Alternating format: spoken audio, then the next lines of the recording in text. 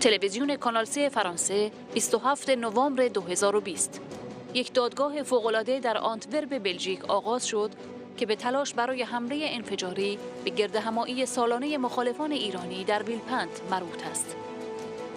4 نفر از جمله یک دیپلمات رژیم ایران که در دادگاه حاضر نشد، روی نیمکت متهمان هستند. برای اسدی تقاضای 20 سال زندان شده است. ویلیام بوردون، وکیل شورای ملی مقاومت: کسی که امروز در جایگاه متهم نشسته رژیم آخوندهاست. این یک جنایت حکومتی است که امروز آشکارا مورد قضاوت قرار می‌گیرد. Et puis c'est un procès hors norme qui a commencé à Anvers en Belgique.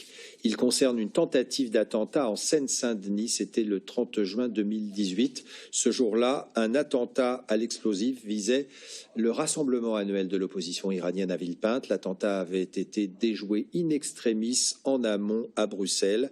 4 prévenus, dont un diplomate iranien qui ne s'est pas présenté, sont sur le banc des accusés. 20 ans ont été requis contre ce dernier. Tania Ouattine. Le procès s'est ouvert sous haute surveillance ce matin au tribunal d'Anvers en Belgique.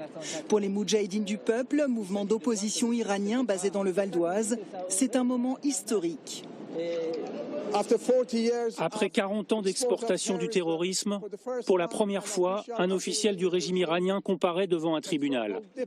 Nous sommes ravis que, enfin, la justice puisse être rendue.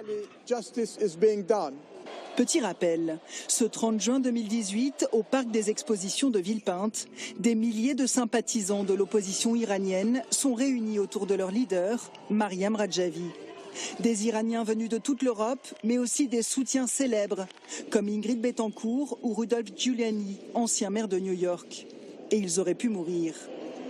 Car le matin même, à Bruxelles, la police belge arrête un couple iranien en route pour la France, avec dans son coffre des explosifs et un détonateur.